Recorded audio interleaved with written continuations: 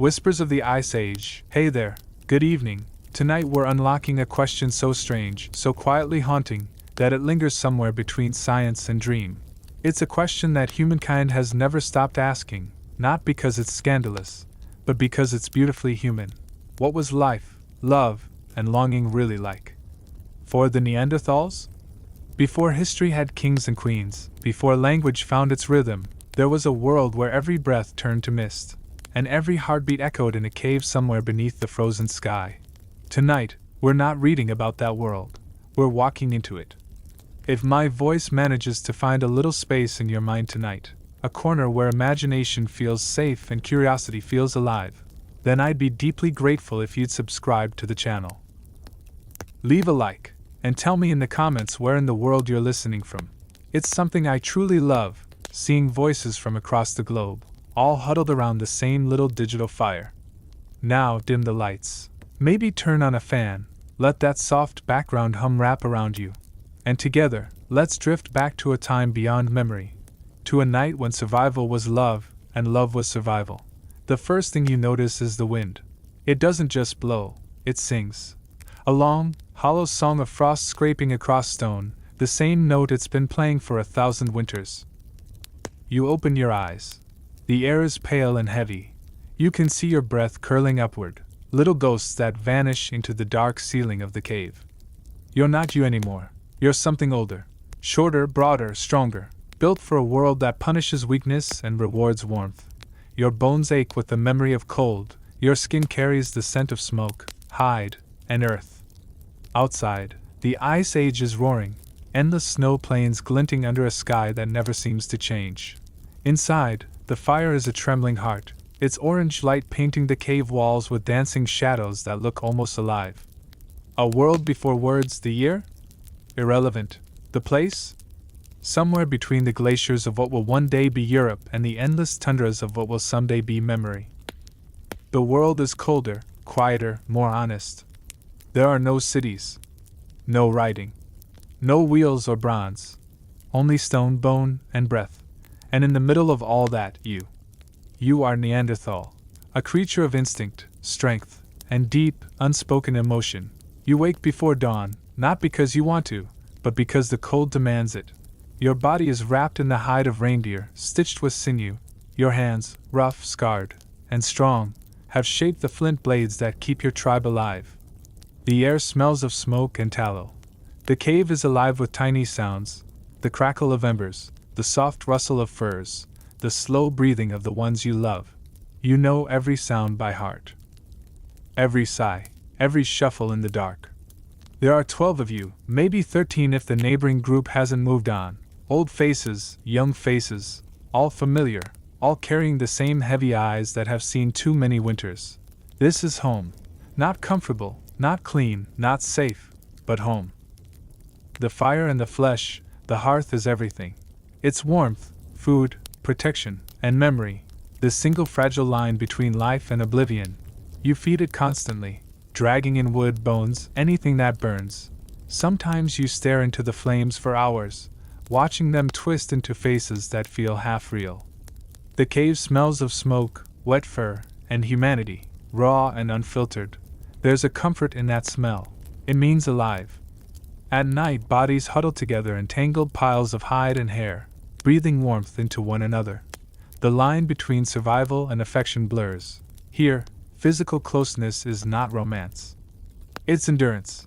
And yet, somewhere inside that necessity, something soft flickers, a spark, a tenderness older than words. The shape of morning, the day begins not with sunlight, but with hunger. You rise slowly, bones stiff, fingers numb. The cave mouth glows faint blue, dawn creeping through snow clouds. Outside, the land stretches like a frozen ocean. Wind carves ghostly shapes in the snow. You step out, clutching a stone-tipped spear, the cold biting your face until tears freeze on your lashes. You walk past mammoth tracks, each one a crater in the ice, a reminder of the hunt that may feed your people or end your life. The air hums with quiet danger. A raven lands nearby, tilting its head, watching you with curious, ancient eyes. You grunt softly, part greeting, part warning. It hops once, twice, then takes flight again. Even here, in this desolation, life moves, stubborn, persistent, beautiful. Faces in the smoke. When you return, the cave smells of cooked meat and stone dust. Your tribe gathers close, a half circle of silent watchers around the fire. They don't talk much. Words are primitive, broken, more gesture than grammar, more rhythm than sound. Communication here is a dance of movement, a tilt of the head, a flicker of eyes, a grunt that could mean 10 different things depending on how the light hits your face. But even without words, you understand. You always have. You can read the exhaustion in a sigh, the tension in a clenched jaw, the laughter hidden in the twitch of a mouth. There is language in every muscle, and emotion in every breath. And sometimes, when the fire burns low and the world outside disappears into darkness, you feel something larger, an awareness that flickers just beyond comprehension. The feeling that you are being remembered, even as you live, as if somewhere, thousands of years in the future, someone will wonder who you were. The whisper of memory, maybe that's the strangest part. You don't know words like history or legacy. But you feel them, in the way your hands linger on the stone you carve. In the way your gaze drifts toward the stars. Those stars are the same ones that will one day look down on cities and satellites and endless questions. But tonight, they belong to you. You sit near the cave mouth, fur wrapped tight, eyes half closed. The fire behind you pops and hisses, the cold in front of you presses like a living thing. And you breathe, slow, steady, ancient. In that breath lies the entire human story, the hunger, the fear, the hope, the fragile love that keeps you moving forward. You are not primitive. You are the beginning. If you listen closely, you can almost hear it, the low hum of wind dragging frost over rock, the distant howl of wolves. And somewhere deeper, the soft rhythm of two hearts beating in unison under a shared hide. That's not just survival. That's the earliest form of love, unspoken, elemental, real. Firelight and flesh, love, sex, and connection in the Ice Age. The fire has burned low now, a small circle of red light in a sea of black. You can hear it breathing, soft cracks and sighs, like it knows how much the night depends on it. Outside, the wind still whispers through the rocks, carrying with it the voice of the Ice Age, cold, ancient, and endlessly patient. And somewhere, in the middle of that frozen silence, two shapes move closer. No words. No promises. Just warmth, shared between hearts that don't yet know the word for love. The language of skin and smoke, love, for your kind, isn't built from poetry or conversation. It's built from proximity. From the way two people inch closer to the same fire, testing how far the other will let the warmth stretch. You don't flirt with words. You flirt with survival.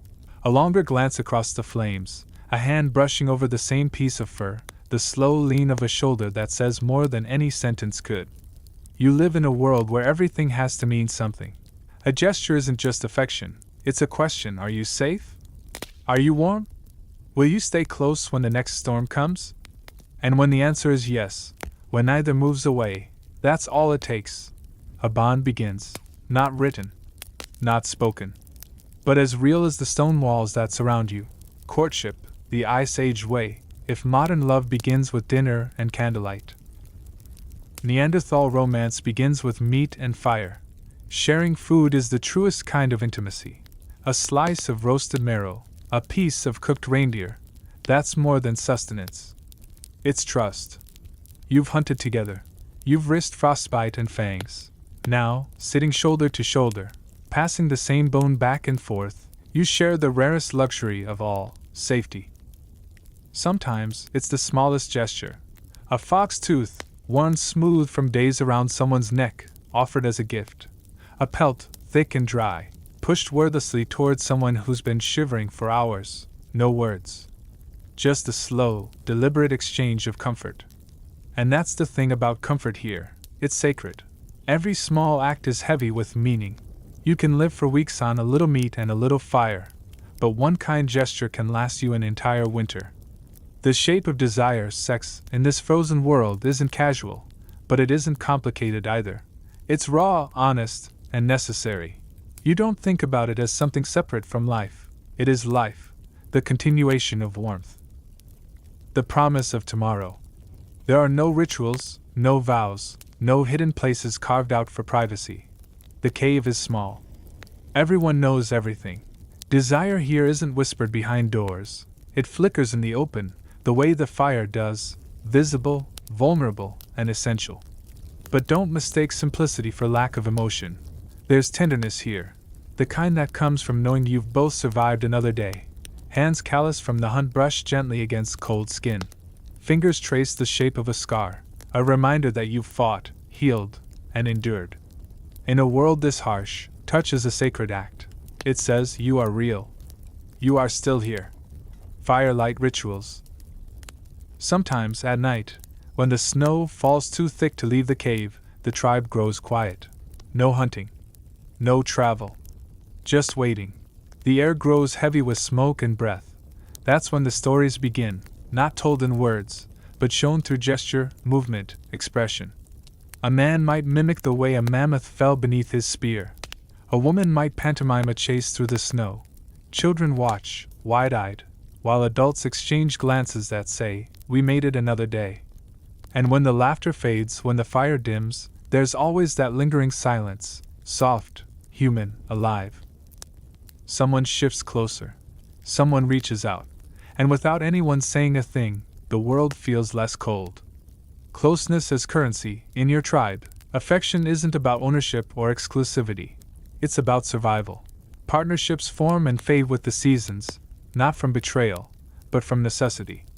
If a hunter dies, his mate might find warmth with another, not out of disloyalty, but out of the simple truth that two fires burn longer than one. Love isn't a promise. It's a practice, a constant act of keeping each other alive. And yet, within that practicality, something tender exists, something that doesn't quite fit into instinct. When your mate laughs, that rare, low rumble that shakes their chest, you feel it in your bones. When they brush snow off your shoulder before you head out to hunt, you remember it all day. It's not language, it's connection. The same invisible thread that, thousands of years later, will still pull two humans toward each other under a different sky. Romance in the cold. In the modern world, people talk about butterflies in the stomach. Here you'd call it fire in the chest. That small, impossible warmth that spreads whenever they look your way. Sometimes you catch them watching you from across the fire, eyes glinting in the amber light. You pretend not to notice. They pretend not to care. But both of you know what's happening. When the night deepens, you find a moment, maybe behind the hanging hide that shields the cold wind, maybe near the far corner of the cave where the shadows blur. You reach out. The world stops howling. For a brief, precious instant, there's only breath, warmth, and heartbeat. That's love, stripped bare. Without jewelry, without words, without promises. Just two people refusing to freeze. Intimacy beyond the flesh. But love here isn't only about bodies. It's about endurance. The shared fight against extinction. When your mate returns from a hunt limping, you tend to them. You chew soft hides into leather so they can rest easier. You share the last strip of dried meat, even if hunger gnaws at your own stomach. That's not instinct. That's devotion. It's the earliest version of care, the human capacity to look beyond oneself. And when the storms hit, when the snow piles up so deep that the cave mouth disappears, you curl together under layers of fur, listening to the winds moan. Sometimes you hum, a sound with no melody, no purpose, just presence. And the person beside you hums back. It's communication older than words, but it works. It says, "We're here. We're still breathing. We're together." The fire's secret. Every fire tells a story. You've begun to notice that. When you look into it long enough, you see memories flickering inside, shadows of moments that have already passed. There you are, days ago, handing over a cracked bone filled with marrow. There's your mate, grinning through a face streaked with ash, offering you a piece of meat. Little gestures that, in this darkness, feel monumental. You've never said "I love you." You don't need to. The fire says it for you. Each spark, each flicker, a translation of the things you feel but can't express. And as you stare deeper, you start to wonder if maybe, just maybe, love was never about words at all. Maybe it's always been about warmth. The visitors, once or twice a year, another band passes through, strangers. new faces. The air in the cave changes. Laughter grows louder, glances linger longer. You clean yourself up as best you can, scraping dried mud from your legs, shaking lice out of your furs, trying to look less like something that sleeps with wolves. There's an energy in the air, curiosity, danger, attraction. You catch the eye of someone new, a stranger with fewer scars, or maybe just a different scent. For a heartbeat, the world tilts. You feel both ancient and alive, like the wind itself has paused to watch. Maybe nothing happens. Maybe everything does. But for that moment, the Ice Age feels like spring. Jealousy and the pack, of course, even without language, emotion finds a way. Jealousy burns just as hot as any fire. A narrowed gaze across the cave, a grunt sharper than usual, the silent distance that grows between sleeping spots. In this world, heartbreak is wordless too, but no less real. You see it in the way someone eats alone, turning away from the fire. In the way another stops humming at night. Love and loss have always shared the same cave. But eventually, the cold demands forgiveness. Because no matter how angry you are, when the temperature drops below death, you still reach for the nearest body. You still share your warmth. And maybe that's what love truly is, the instinct to choose closeness, even when it hurts. Love in the time of ice, you often wonder, though you don't have the words to ask, whether they feel the same way you do. That ache in the chest when they're gone too long, that quiet relief when their shadow returns through the snow. Sometimes, you wake in the night to find them already awake, watching the fire. Their eyes reflect the light, orange and soft. You watch them for a while, pretending to sleep. You want to remember the sight, the glow on their skin, the way their breath curls like smoke. Because deep down, you know nothing here lasts. The cold takes everything, eventually. But for now, this moment of shared warmth feels eternal. Echoes across time, thousands of years from now, people will study your bones. They'll measure your skulls, compare your DNA, debate your capacity for emotion.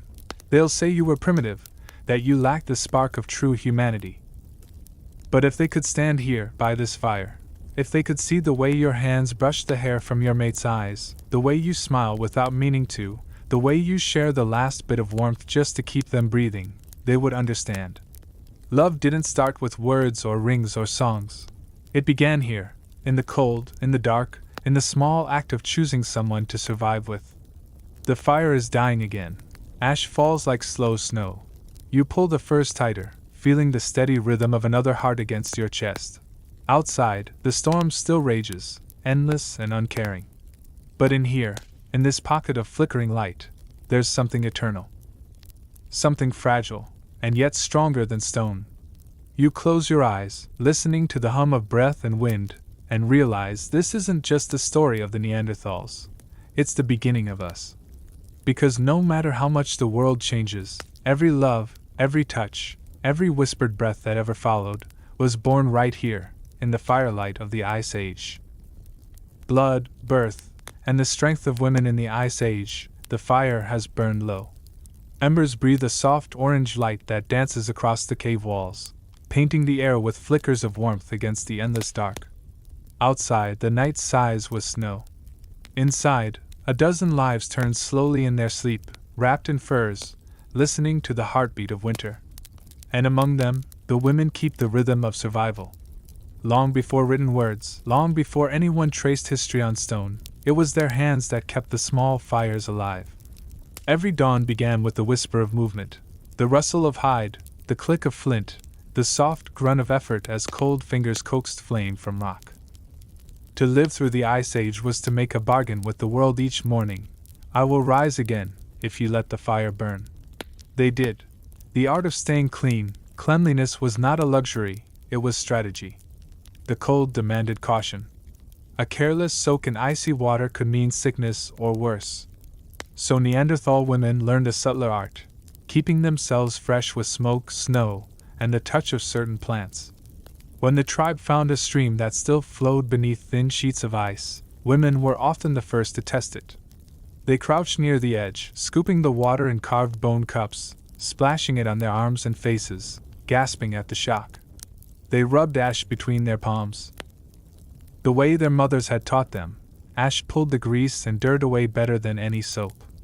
When the smoke of the hearth thickened, they let it roll through their hair and furs, letting its sharp scent mask sweat and musk. A clean pelt, a smoke-scented cloak, these were more than comfort. They were dignity, resilience against decay, a way to meet the cold on even terms. Sometimes, on the warmest days of spring, whole groups of women would walk down to a thawed pool, laughing quietly, carrying small bundles of herbs. They'd scrub the hides, rinse their hands, and press smooth stones over their limbs to warm them again. The children would splash, the men would hunt, and for a short hour, the world would feel gentle.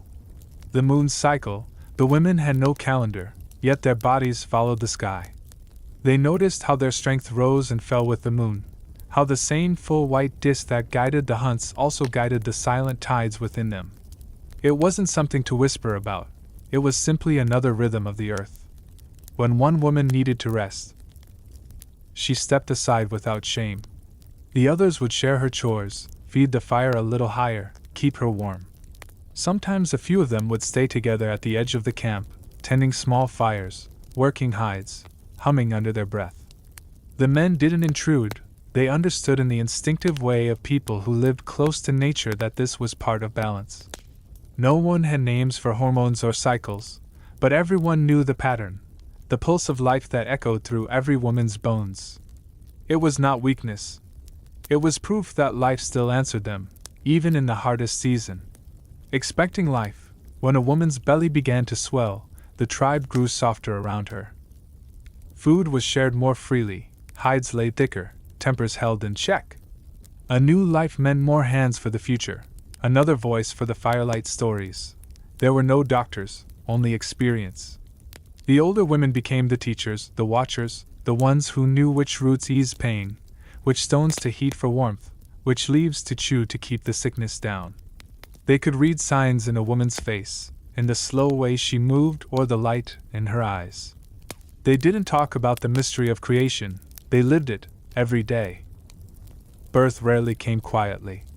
The cave would fill with low, steady sounds, the rhythm of breathing, the murmurs of encouragement, the beat of palms on stone keeping time with a laboring heart. One woman would stay near the fire, warming hides, another would press a damp piece of moss to the mother's forehead. When the first cry finally came, it was more than a sound, it was the announcement that the world, against all odds, had chosen to continue. The first breath, newborns were tiny, fragile things, red-faced and loud, with fists clenched as if already ready for the struggle ahead. The mother would hold the baby against her chest, sharing warmth, pressing skin to skin. The others would close in around her, forming a wall of heat and protection. For that first night, the fire never dimmed. They had no cloth, no cradles, but they had instinct. The mother nursed the child while older women hummed old tunes, voices low and steady, vibrating through the cave like a promise. Outside, snow fell, inside, life began again. Knowing the father, in small tribes, relationships were simple and complicated all at once. Bonds were formed through shared work, trust, and the unspoken exchange of care. Sometimes a pair stayed together for seasons, sometimes not. But when a child was born, the tribe didn't worry about lines of blood. They all belonged to the group, to the fire, to survival itself. The man who hunted meat, the woman who tanned the hide, the elder who taught the children to knap stone, all became part of that baby's story. Fatherhood was not claimed, it was lived through protection, through teaching, through quiet acts that kept the child alive. Raising the young, infancy was a long watch. The mother carried her baby constantly, bound to her body with strips of hide. She slept curled around the child, fed it whenever it whimpered, and rocked it with slow swaying motions until the cries softened Dado. Others helped. Grandmothers chewed tough roots to make them soft before handing them to tiny mouths. Young girls learned to cradle infants before they ever became mothers themselves. The men carved small toys, bits of bone shaped into animals, and left them near the sleeping pelts. It wasn't sentimentality, it was the tribe's way of saying, "You are part of us now." Children grew fast. By 3 winters, they could toddle through the snow. By 5, they carried twigs to the fire. By 8, They were already mimicking the hunters, their laughter echoing through the valley. Every child was a small flame against the dark. The hidden strength, what kept the tribe alive, was not just muscle or weapon, but endurance, the kind carried in the hearts of women who could walk miles with infants on their backs, who could feed others before feeding themselves. They were the quiet architects of survival. They remembered stories even when words were scarce.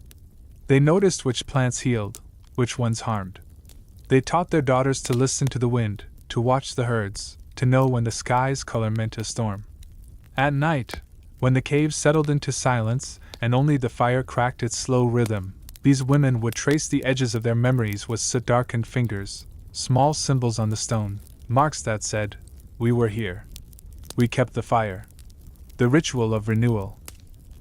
When spring finally came, the snow retreating like a defeated army, there was always a celebration.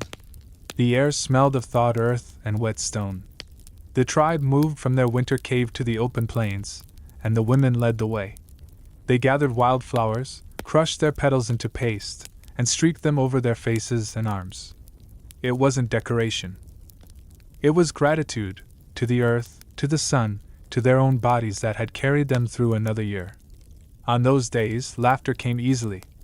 They bathed in shallow streams, splashing water at one another, combing their hair with bone teeth, singing wordless songs.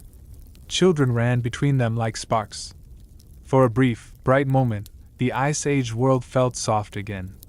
Passing wisdom, the elders, gray-haired, stooped, eyes sharp as flint, were the living libraries of the tribe. They had seen too many winters to waste breath on fear. Instead, they passed down quiet wisdom: how to soothe a child's fever, how to keep a wound from festering, how to know when the body was carrying new life. They spoke not in sentences but in gestures: a tap on the wrist, a nod toward the sky, a handful of herbs placed in a younger woman's palm. Every motion was a lesson. When death came, as it often did, the others gathered in silence. They laid the body with care, adorned with bits of ochre and feathers, sometimes with the tiny tools that woman had made in life. It was not mourning alone, it was remembrance of strength. The circle unbroken, through all of it, the freezing nights, the endless hunts, the seasons of hunger, the women kept the rhythm steady. Blood to birth, birth to fire, fire to ash, ash to life again. Their world had no monuments, no written songs, no marble statues. But every living child, every shared breath in that smoky cave, was proof of their endurance. Theirs was a courage unrecorded yet immense, the courage to bring life into a world built to destroy it, to nurture warmth in a land of ice, to whisper to the next generation, "You will survive, because we did." And so the fire burned on. Outside, the wind screamed across the plains.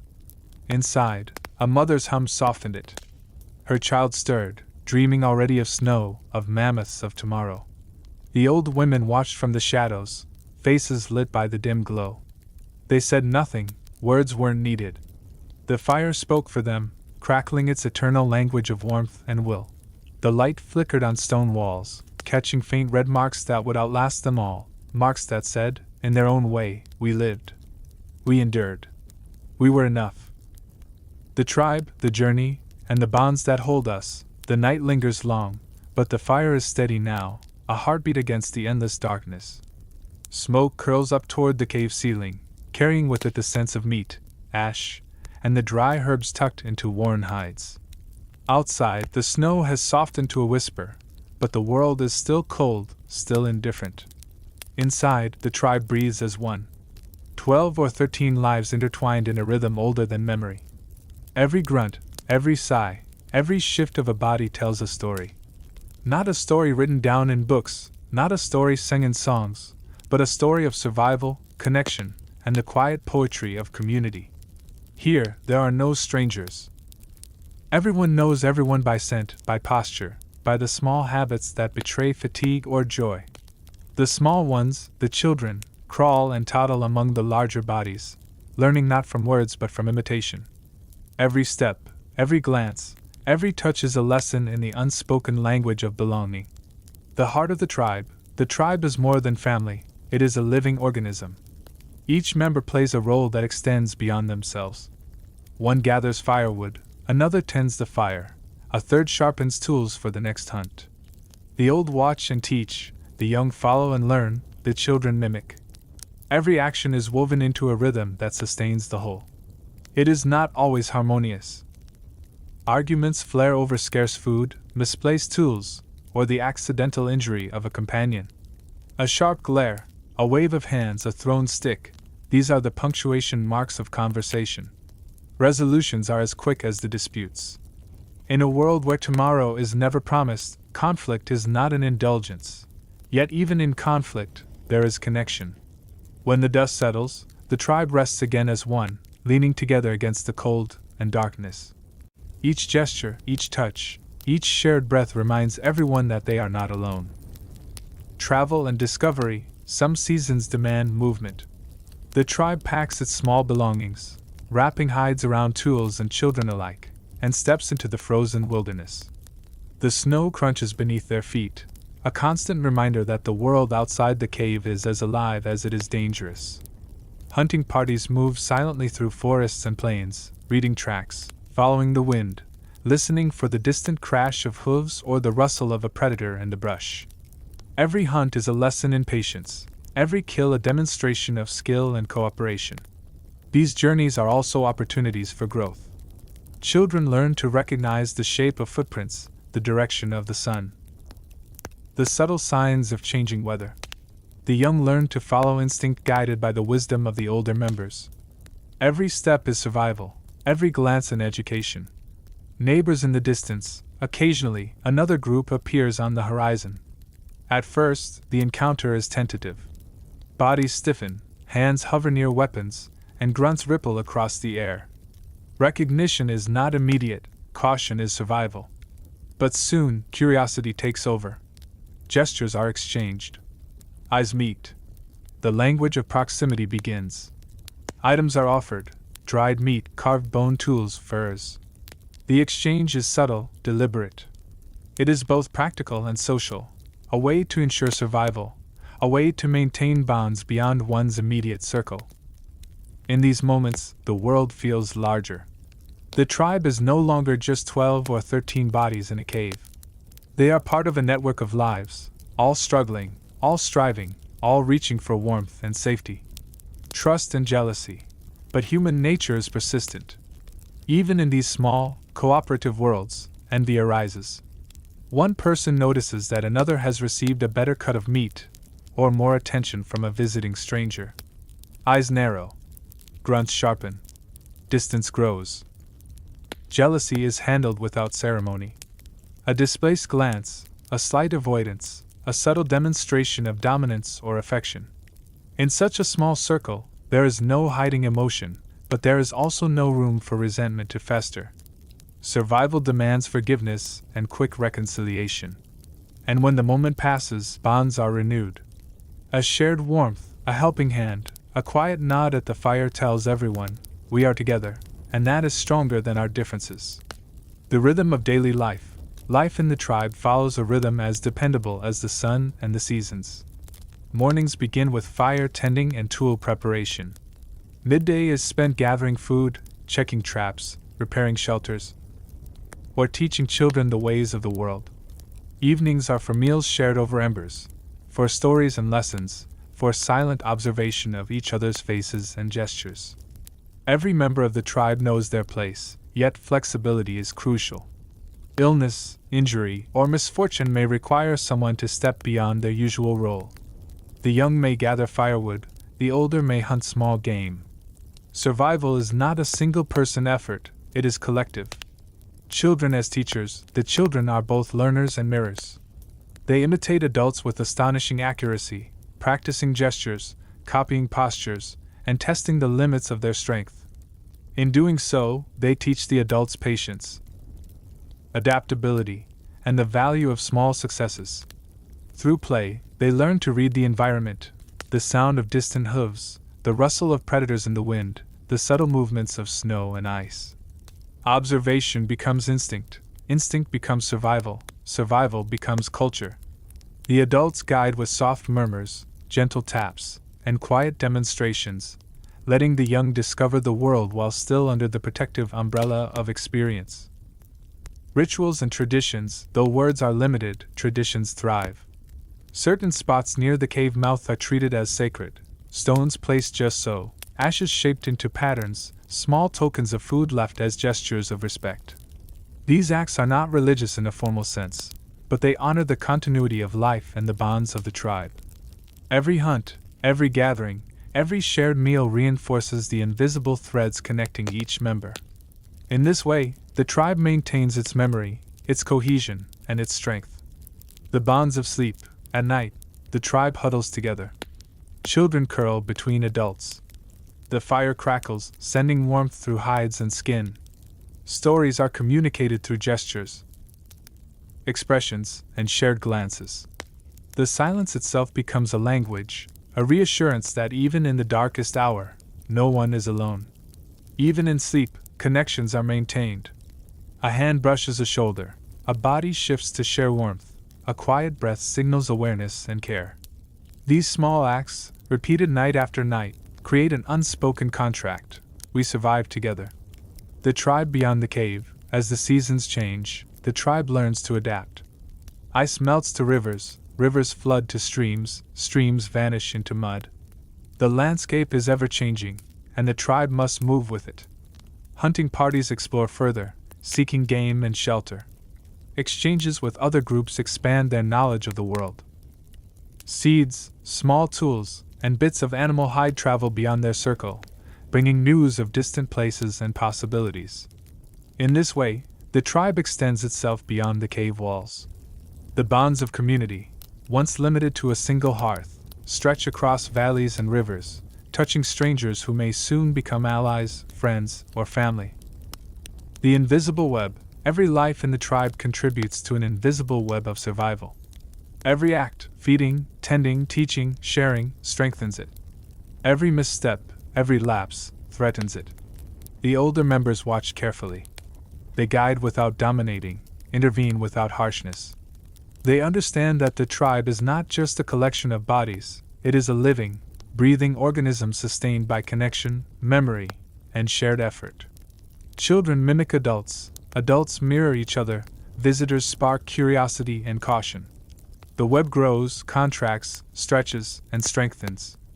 Each member learns that their choices ripple through the group, and that survival depends on attention, empathy, and instinct. The echo of the tribe, in the quiet moments, when the wind has softened and the fire glows low, the tribe leaves marks of its existence. Small carvings on stone, footprints pressed into the mud, scraps of hide left in patterns that only the initiated understand. These marks are not decoration, they are memory. They are proof that life persisted, that bonds endured, that connections mattered. They whisper to future generations, we were here. We survived. We loved. We endured. And in these small gestures, the heart of the tribe beats strongest, not in a single hero, not in a single act of courage, but in the collective effort of lives intertwined, shaped by snow, wind, fire, and the unyielding determination to survive. Hunting, gathering, and the hearth. How Neanderthals fed their tribe. The wind outside the cave still carries the scent of ice and stone, but inside, life stirs. The fire is brighter now, tending to the shadows that cling to the walls. Smoke curls upward, carrying warmth and the smell of dried meat. The children stir, small bodies stretching against hides, and the tribe awakens. Each day is a negotiation with the world, hunger against survival, cold against warmth, risk against reward. Food is not just sustenance. It is the rhythm of life, the glue of the tribe, the measure of trust and cooperation. Every morsel tells a story of skill, patience, and collective effort. The hunt begins. Before the sun rises fully, the hunters stir. The older men, the strongest women, and sometimes the teenagers who have proven themselves prepare for the chase. Tools are checked, sharpened flint blades, carved spears, simple bows. Each piece of equipment is meticulously inspected. A dull edge can mean a failed hunt or worse. Tracking is an art. Hunters read the land like a story. The curve of footprints in snow, a broken twig, the faint odor of animals carried on the wind, each detail speaks. Every step is deliberate. Every pause is calculated. The forests, the plains, the riverbeds, they are all alive, and the hunters move as if part of that life. Hunting is rarely solitary. The tribe hunts in groups, using strategy and coordination passed down from elders. Some drive prey toward a natural trap, a narrow gorge, a cliffside drop, or a concealed pit. Others wait in silence, ready to strike. Communication is silent, a series of gestures, glances, and subtle shifts of weight.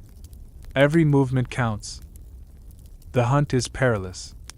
A misstep, a startled animal, a poor throw of the spear, any mistake could cost blood or life. Yet when the prey is brought down, there is no selfish celebration. The kill belongs to the tribe. Every member will take a share, measured not by greed but by need. Gathering and foraging, hunting alone cannot sustain the tribe. Women, children, and elders often venture into the forests and plains to forage. Roots, berries, nuts, edible leaves, and tubers are collected with care. Some plants are eaten raw, others roasted or dried to last the winter. Foraging is an exercise in knowledge and memory. Women know which berries are safe, which roots need boiling, and which leaves repel insects or soothe illness. Every excursion is a lesson for the young. Children follow the women, learning the subtle differences in color, scent, and texture that separate sustenance from danger. Water sources are equally vital. Streams, small ponds, and even melted snow provide hydration, but only if collected carefully. Ice is chipped and melted over the fire, filtered through leaves if necessary. The process is slow, deliberate, and filled with ritualized movements that make the act both practical and meditative. Fire, the heart of cooking, back in the cave, fire is more than warmth, it is life. Cooking is a ceremony, a daily ritual that transforms raw materials into nourishment. Hunters bring in meat, often still steaming from the chase. Women clean and prepare it, scraping away fur and dirt, cutting it into manageable portions, and deciding which cuts are best suited for roasting, boiling, or drying. The fire must be tended constantly. Smoke rises and curls around the walls, the flames dance and crackle, reacting to the wind slipping through cracks in the stone. Pots and hollowed-out logs, simple but effective, are used to boil roots and tenderize meat. Bones are cracked open for marrow, a rich and essential source of calcium. Every motion is precise, learned through observation, trial, and patience. Meals are communal. The tribe gathers, sharing the spoils of the hunt and foraging. There is no hierarchy in who eats first. Priority goes to those who have labored the longest or whose work ensures the group's survival. Children are fed carefully, older members receive the cuts that sustain strength, and all share in the warmth of the fire and the satisfaction of having survived another day. Sharing as survival, food is more than nutrition, it is social currency. The way meat, roots, and other gathered items are distributed reflects trust, cooperation, and hierarchy. A generous portion signals respect, a gesture of loyalty, or recognition of skill. A refusal to share can create tension, but in a tribe where survival is collective, selfishness is rarely tolerated. Children learn this early. They watch the adults carefully, noting which gestures elicit smiles, which actions prompt gentle guidance, and which behaviors are punished. In this way, they internalize the rules of cooperation, understanding that sharing is not just moral, it is essential to living another winter. Even the smallest act, like offering a piece of roasted marrow to a sibling or a neighbor, strengthens the web of connections within the tribe. These rituals of sharing are subtle but deeply binding. Every meal is a reaffirmation, we survived together. Preserving food for hard times, the Ice Age is unpredictable. A successful hunt or abundant foraging day does not guarantee tomorrow's survival. Thus, preservation is crucial. Women and elders carefully dry meat, smoke it over long hours to remove moisture, and store it in woven pouches or shallow pits lined with leaves. Roots and tubers are similarly prepared, roasted or buried to last through the frozen months. Preservation is both science and art. The tribe learns over generations which methods prevent spoilage, which materials repel pests, and which storage spot remain frost-free yet cool enough to prevent decay. Every decision is a matter of life and death, and each success strengthens the tribe's confidence and collective knowledge. Teaching through food, hunting, gathering, and cooking are also lessons. Children watch and mimic, guided by adults who demonstrate technique, patience, and efficiency. Even infants, carried against their mothers' chests, are exposed to the rhythms of fire, the textures of leaves, the smells of meat and smoke. These sensory experiences become the foundation for knowledge. A child may not yet wield a spear, but they learn the scent of game, the sound of cracking ice, and the feel of smooth river stones. Through participation, they absorb not just survival skills but the values of cooperation, care, and attentiveness to their environment. Rituals around the hearth. Meals are more than sustenance, they are ritual. The fire acts as a focal point, a heart around which social life revolves. Stories are gestured rather than spoken, small plays of shadow and movement that teach lessons or entertain. The elders correct mistakes silently, children learn without scolding, and the tribe strengthens bonds through the shared experience of food and warmth. Sometimes, hunting victories are celebrated. A particularly successful kill might be roasted and shared with ceremony. Everyone partakes, recounting the hunt in gestures and low murmurs, reinforcing the collective achievement. Such rituals bind the tribe across generations, embedding memories into the very act of eating and surviving together. The social weight of food. Food also reflects social dynamics. Leaders emerge not solely through strength but through skill and generosity. Those who can secure the largest portions, who coordinate hunts, or who ensure that even the weakest members are fed, gain respect. The tribe does not measure power through words but through deeds, and food is the clearest expression of competence and care. Jealousy and rivalry are natural. If one hunter returns with a bounty, others may glance enviously. But subtle social cues, sharing, gifting, and acknowledgement, temper tension. Survival demands balance, and the tribe thrives when cooperation overrides competition. The fire as memory. Even after the meal, the fire continues its quiet lesson. Charred bones are arranged and stored, embers smolder in patterns that guide placement of tools and hides, smoke fills the cave with a constant, protective presence. Every small act around the fire reinforces survival, community, and the connection to the world beyond the cave. Women, children, and elders all contribute to this ritual, understanding that each gesture, however small, carries weight. Fire and food are inseparable, both sustenance and symbol, both practical and sacred. The echo of survival. When the tribe finally rests, bellies full and hands calloused, the cave is quiet but alive. Children lie between adults, small bodies warmed by the steady rhythm of breathing and heartbeats. The fire flickers, casting shadows that tell the stories of the day. Outside, the wind sighs, but inside, the tribe sleeps in safety. Food has done more than feed bodies. It has reinforced bonds, taught lessons, celebrated achievements, and preserved life. Every hunt, every foraging trip, every shared morsel is a thread in the tapestry of survival. And when the morning comes, the rhythm begins again, tracking, hunting, gathering, cooking, sharing.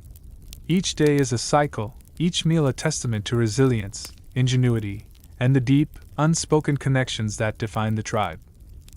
Cloth, craft, and survival, the tools that made life possible. The cave lies silent, save for the soft crackle of the fire that has survived the long night. Outside, frost glimmers like 1,000 tiny shards of glass, catching the first pale light of dawn. Inside, the tribe awakens slowly, stretching and adjusting against the cold stone. Their bodies are strong, yes, but they are not invincible. Ice does not forgive mistakes, and hunger does not wait. Survival demands ingenuity, and ingenuity lives in their hands. Clothing, tools, and the knowledge of how to use them are the lifelines of the Ice Age. Without these, even the strongest body, even the sharpest mind, would succumb to the relentless cold and the vast, empty landscape. For the Neanderthals, every stitch, every carved edge, every learned technique is a testament to human creativity and resilience.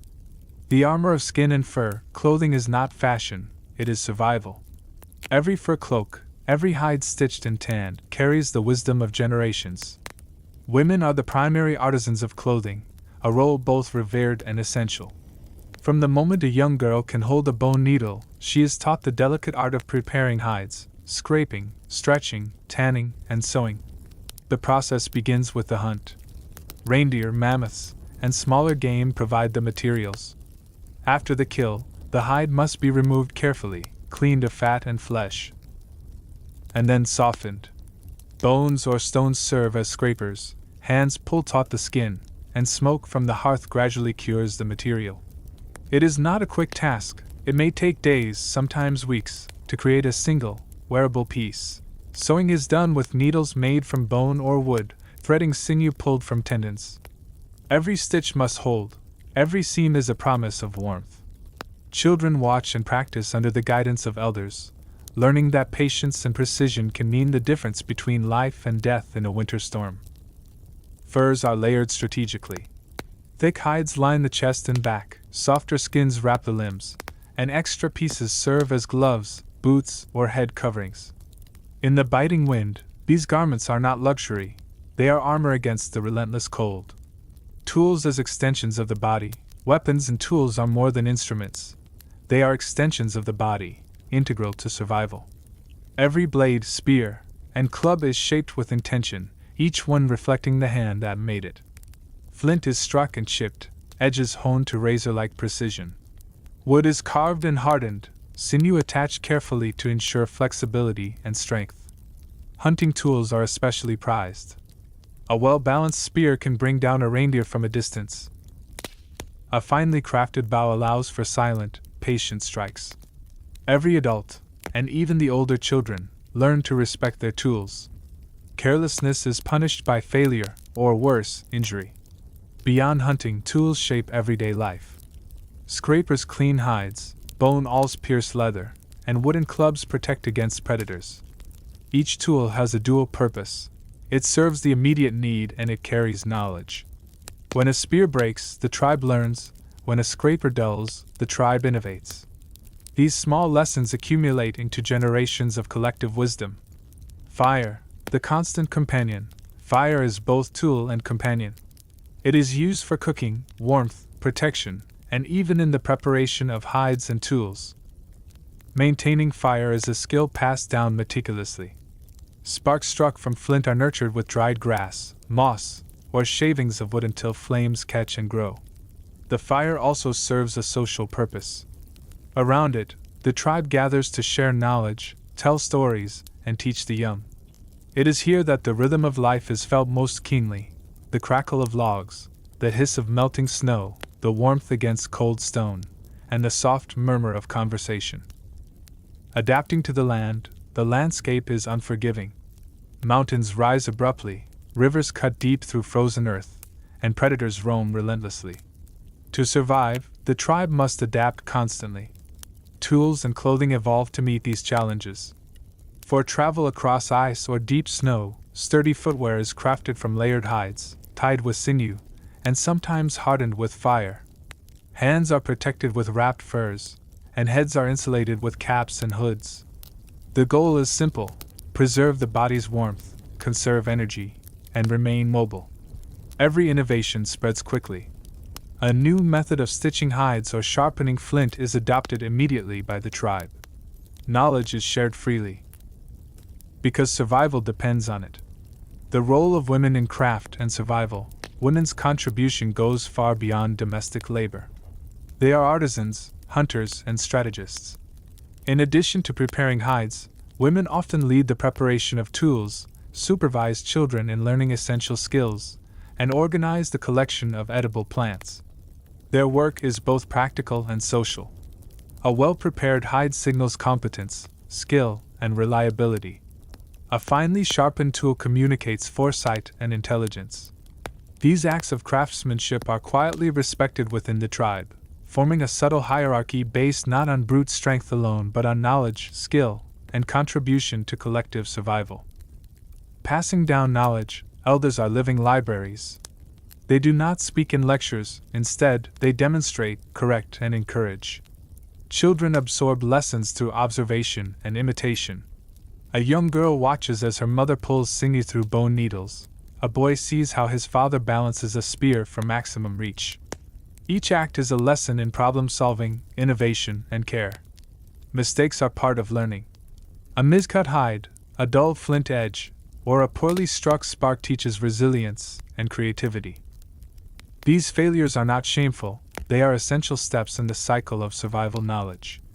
Trade and resource sharing, sometimes, tools and crafted goods serve as trade items. Encounters with neighboring groups open opportunities for exchange. Hides may be traded for rare stone, tools for salt, or knowledge for protection. Such interactions are cautious yet deliberate, requiring observation, respect, and diplomacy. Trade is social as much as it is practical. It reinforces alliances, expands knowledge, and strengthens the tribe's position in a vast, unpredictable world. Every shared tool or exchanged item carries a story, a gesture of trust, and a lesson in human cooperation. Innovation through necessity. Necessity drives innovation. A new hunting terrain demands sturdier snow boots. A harsher winter requires thicker furs or double-layered clothing. Tools are modified, sharpened, or repurposed to meet immediate needs. The tribe thrives because it adapts. They experiment, observe, and refine. They test methods and discard failures quickly. Over time, these small adaptations accumulate, resulting in increasingly sophisticated survival strategies, even without formal instruction or written record. Symbolism in craft. Even in practical items, beauty and symbolism appear. Certain patterns may be etched into a hide, lines scratched into a spear, or notches carved into tools. These marks signify identity, skill, and even belonging. A decorated spear may indicate the maker's experience or rank in hunting. A patterned hide may denote a family unit or achievement. These subtle symbols reinforce social cohesion and provide a sense of continuity across generations. The tribe's daily rhythm. Every day begins with preparation and ends with reflection. Morning light brings the inspection of tools, tending of fire, and adjustment of clothing. Midday is spent in hunting, gathering, or crafting. Evenings revolve around communal work, repairing shelters, cooking meals, teaching skills, and maintaining the equipment that ensures survival. Each task is interconnected. A well-prepared hide makes hunting possible. A sharpened spear ensures a successful kill. A steady fire cooks food and cures leather. Survival is a symphony of interdependent acts, each requiring attention, skill, and cooperation. Stories embedded in objects, tools, clothing, and crafted items carry stories. A flint scraper shows the hand that shaped it. A stitched cloak whispers of the winter it protected against. Every object holds memory, experience, and emotion. When the tribe sits together, sharing warmth and food, these objects form a silent language. Elders gesture toward a particular knife or hide, reminding children of lessons learned, victories won, or mistakes corrected. Knowledge is preserved not in words, but in lived experience. Tribal culture, rituals, and the bonds that define us. The cave is quiet now, the fire reduced to a steady glow that hums against the stone walls.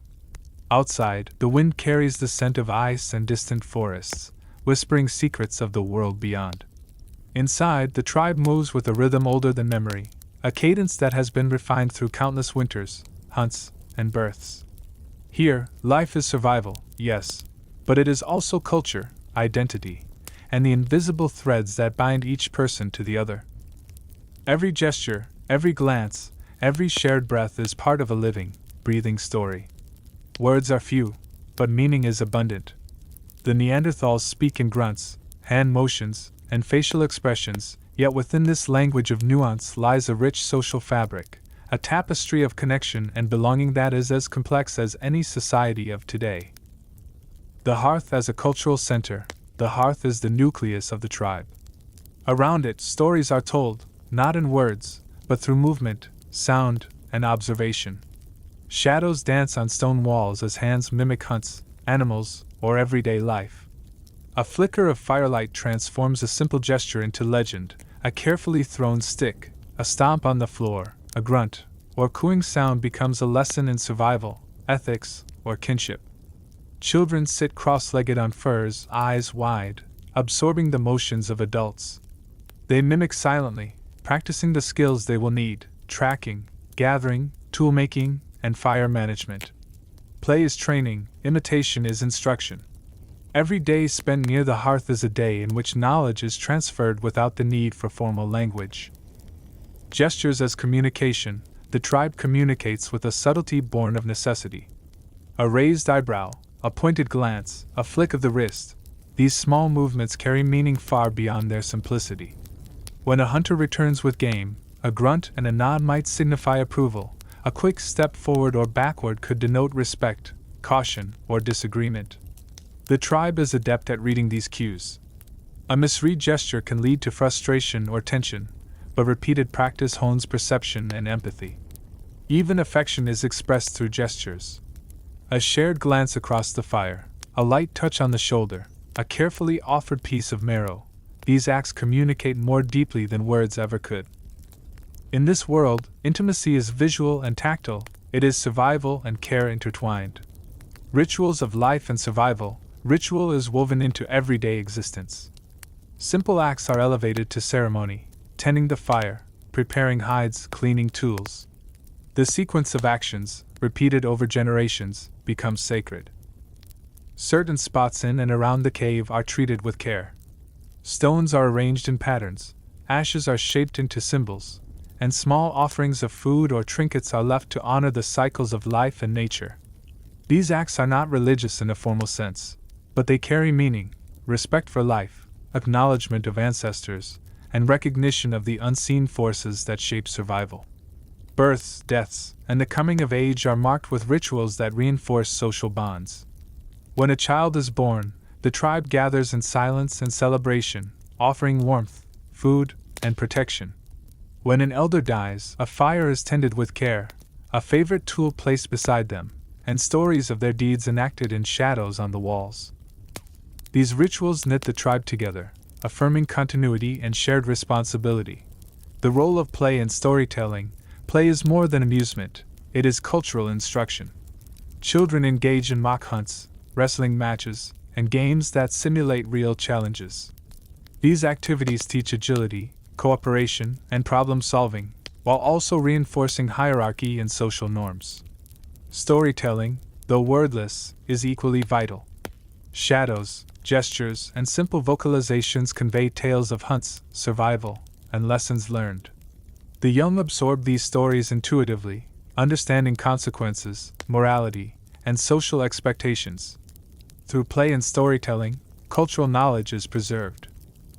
Every movement carries meaning, every enactment teaches context, survival strategy, and the subtleties of human interaction, social bonds and cooperation. Survival in the Ice Age depends on cooperation.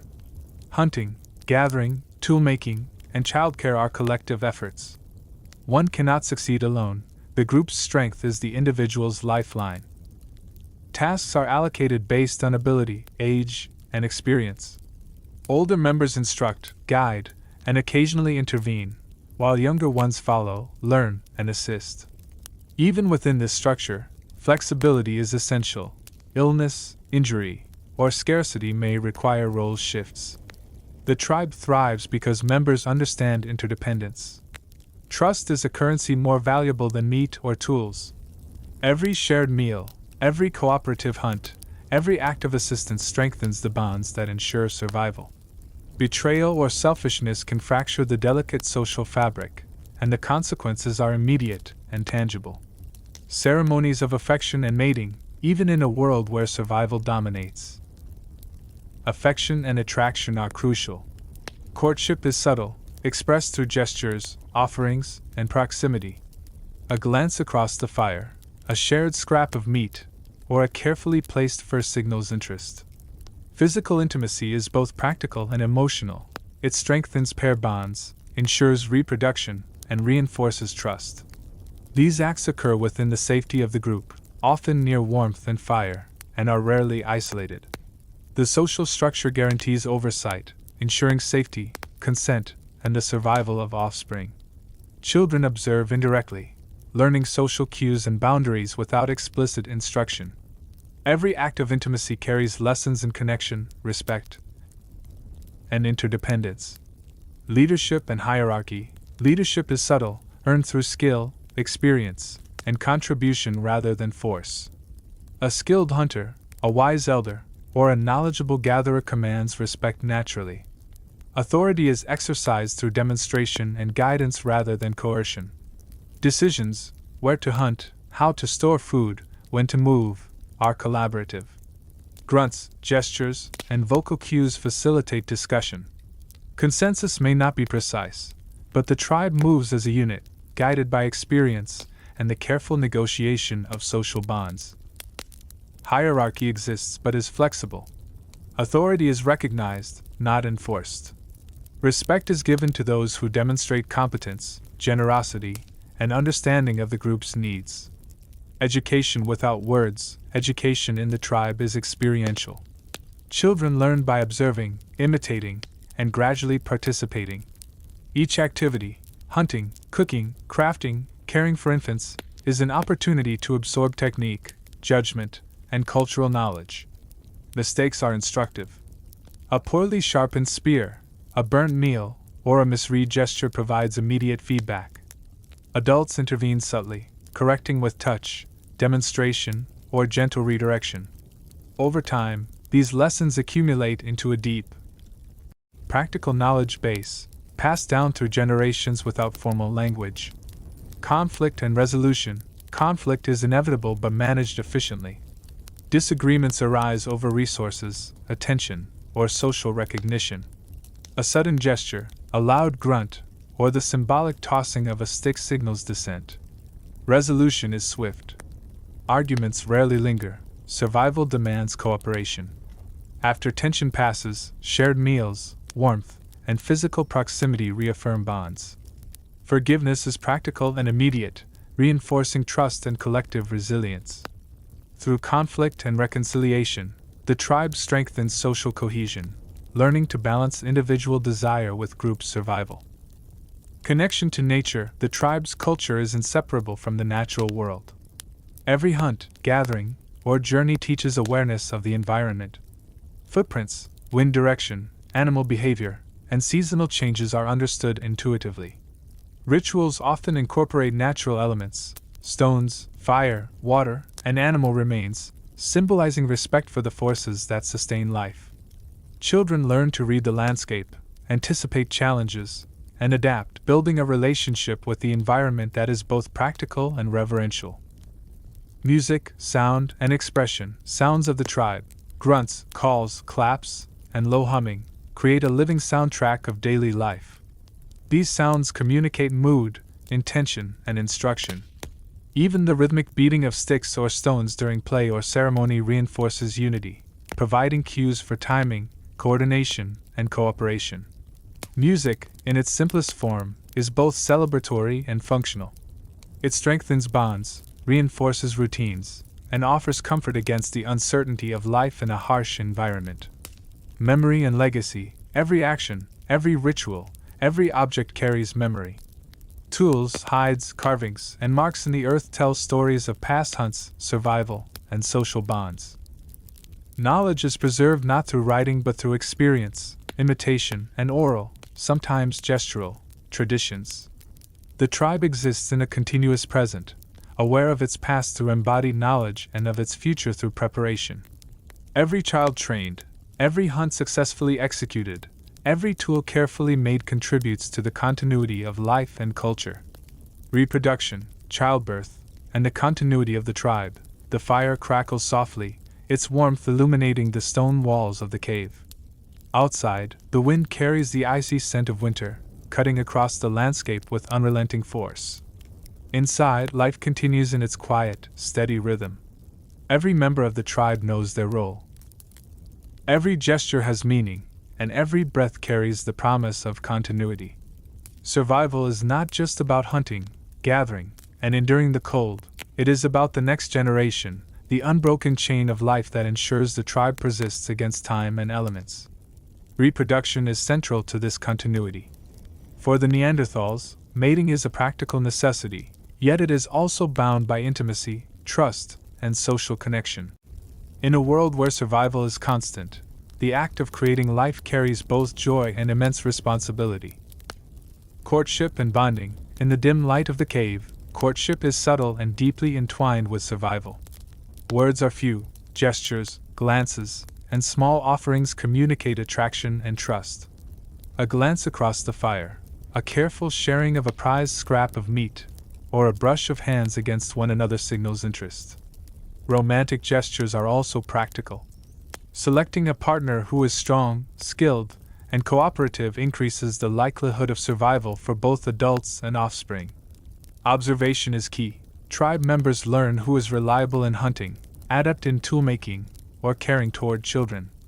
These qualities are valued as much as physical strength or appearance. Intimacy unfolds within the safety of the group.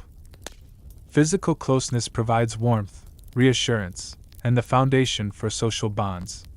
Mating is not secretive, it occurs in awareness of the tribe, often near warmth, or within a safe cluster of sleeping members.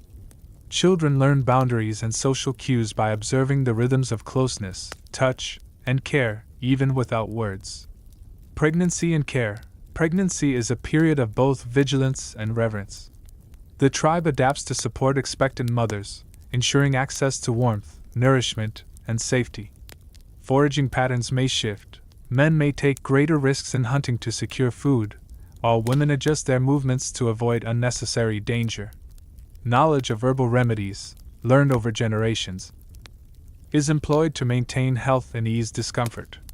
Certain roots, leaves, and bark serve medicinal purposes, helping to manage pain, improve digestion, or strengthen resilience. Children and younger members observe these practices, absorbing wisdom that ensures the survival of both mother and child. During pregnancy, social bonds intensify. Tribe members gather to share resources, offer protection, and reinforce connections. The mother's well-being is a collective responsibility. Every action, from fire maintenance to shelter fortification, is measured against its contribution to her safety and comfort. Childbirth, a ritual and survival act. Childbirth is both intense and intimate, occurring within the protective circle of the tribe. The process is guided by experienced women, mothers, grandmothers, and sisters, who have witnessed the cycle countless times. Their presence provides guidance, reassurance, and skilled assistance. The mother is supported physically, emotionally, and practically. Simple but effective tools, strips of hide, sharpened bones, or softened moss, are employed to ensure cleanliness and comfort. Fire is maintained nearby, not only for warmth but to symbolize life and protection. The birth itself is considered both a personal and communal event. Other tribe members remain nearby, providing food, water, or quiet encouragement. Every breath, every cry, every movement is attended to with precision and care.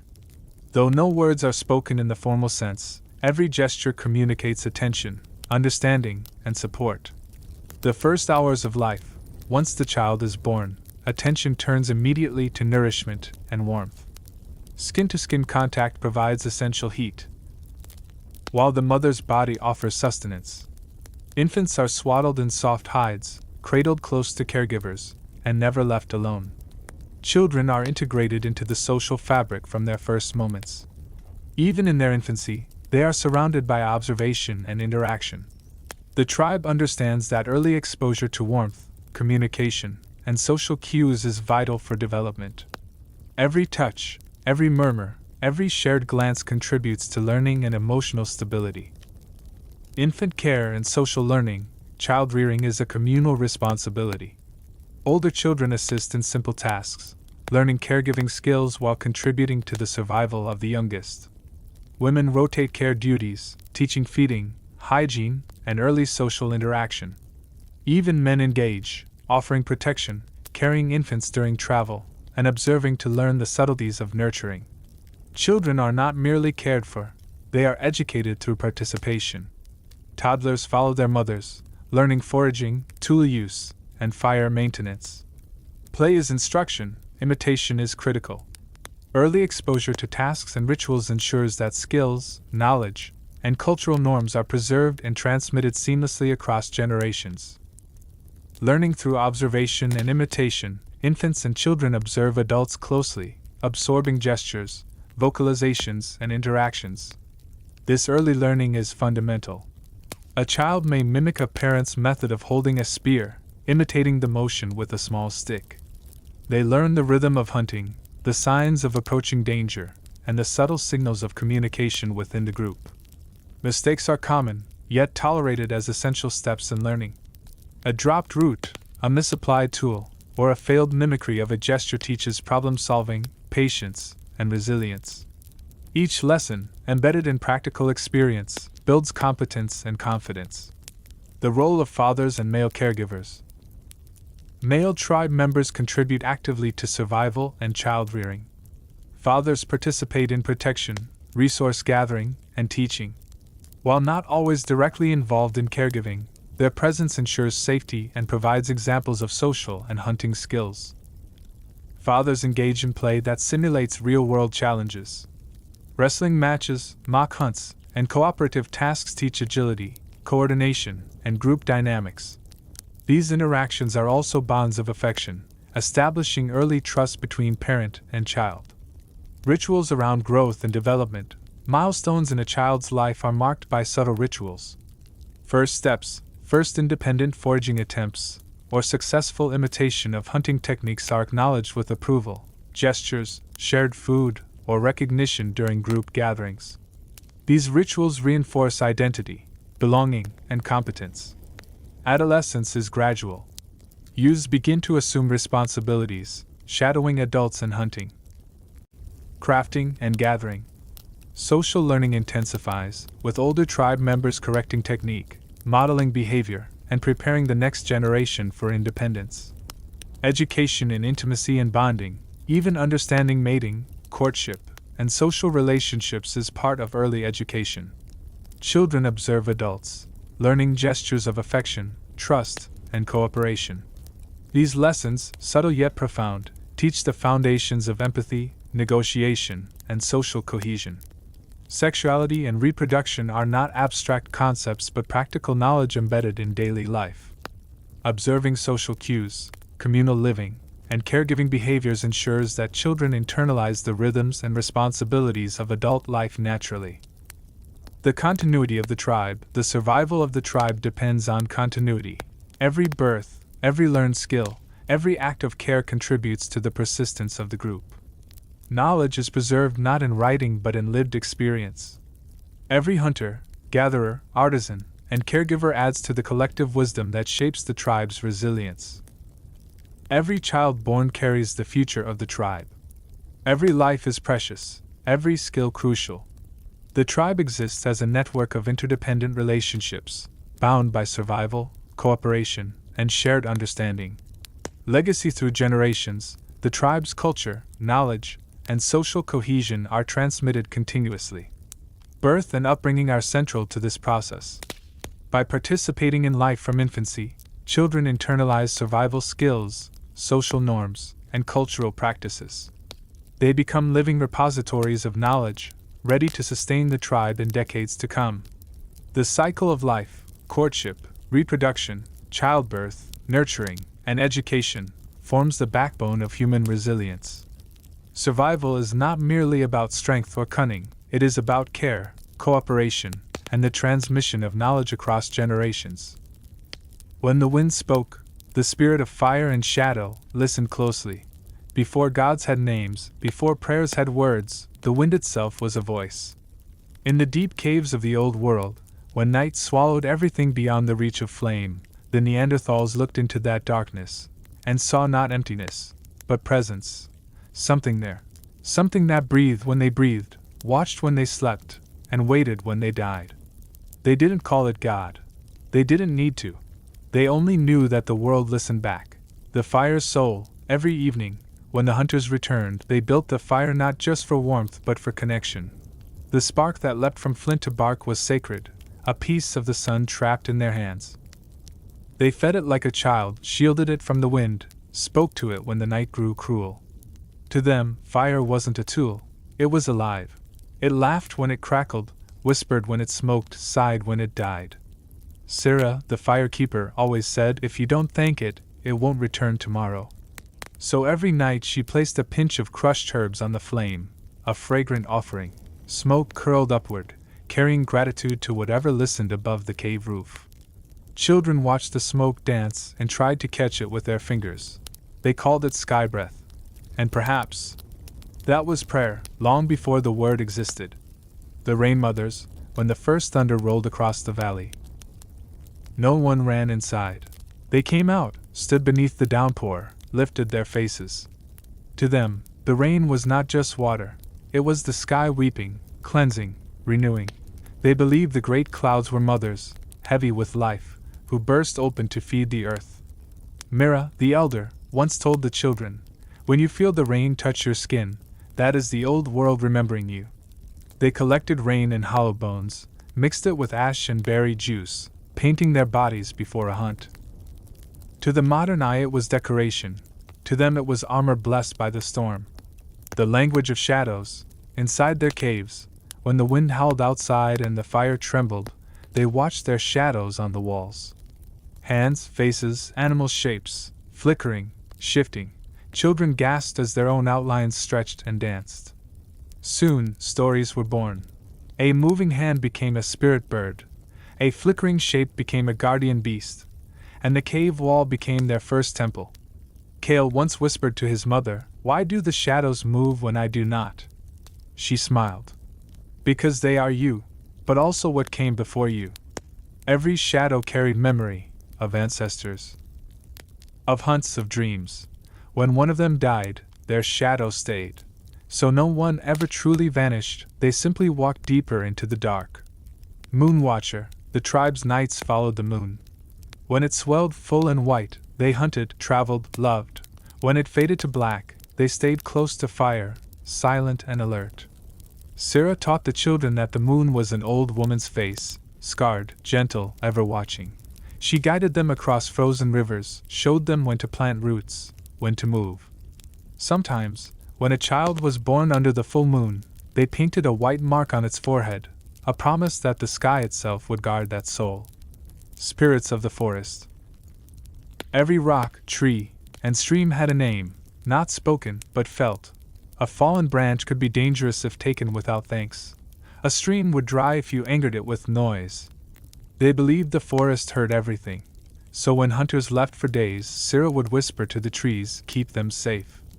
I will feed your roots when they return." At dawn, mist hung low like breath. Sometimes, the fog looked like figures moving among the trunks. The tribe said those were sleeping spirits, wandering between night and day. They never harmed anyone who carried fire in their heart. The ritual of breath, each death brought silence, but never despair. When someone passed, the tribe gathered around the body. No words, only breath. One by one, each person leaned forward and breathed softly toward the lips of the dead, as if returning what had been borrowed. Then they covered the body with red earth, the color of blood and fire. Over it they placed stones, shells, flowers, things of beauty, because they believed the soul could see even after leaving. And when the wind passed through the cave that night, they said, "Listen." That is them, learning to speak the sky's language. Dreams as doorways, they didn't separate dreams from waking life. To them, sleep was a river that carried you to the world of ancestors. When someone dreamt of fire, it meant warmth ahead. When they dreamt of snow, it meant danger. Kale once dreamed of walking through a field of bones that sang. The next day, he found a mammoth skeleton gleaming in the sunlight, and from its tusk he carved a flute. Every night afterward, he played it softly, a sound between grief and gratitude. He said the spirits taught him the tune. The sky and the endless. When the clouds cleared and the stars revealed themselves, they sat together outside their caves, watching the lights that never flickered. They didn't know their names, Orion, Sirius, Polaris, but they felt their meaning. Each star was a campfire of the dead, shining so their loved ones would not be afraid. Sometimes Cyril would point upward and say, "That one is Mira." And Cale, now older, would nod, holding his son close. Then one day, he'd whisper, "We'll join her." Echo of the sacred. By the end of that age, the rituals had become fewer, but their meaning stronger. Every new fire was a prayer, every hunt, a pact, every birth, a miracle. They didn't need temples or idols. Their faith was woven into breathing, walking, loving, dying. When the last of them looked at the world, they did not curse it for changing. They only placed their hand against stone, a print of red ochre, and left it for us. Thousands of years later, when archaeologists found those handprints, they called them art. But maybe, just maybe, there was something holier, a message. We knew the world was alive. We thanked it. Will you? Closing whisper, and if you listen, really listen, to the crackle of your candle, to the rustle of wind outside your window, you might hear them. The voices that once spoke to fire and storm, the hearts that beat in rhythm with rain. The Neanderthals are gone, but their faith never died. It became ours. It became the quiet wonder you feel when thunder rolls, when snow falls, when the sky glows with stars. That wonder is them, still here, still watching.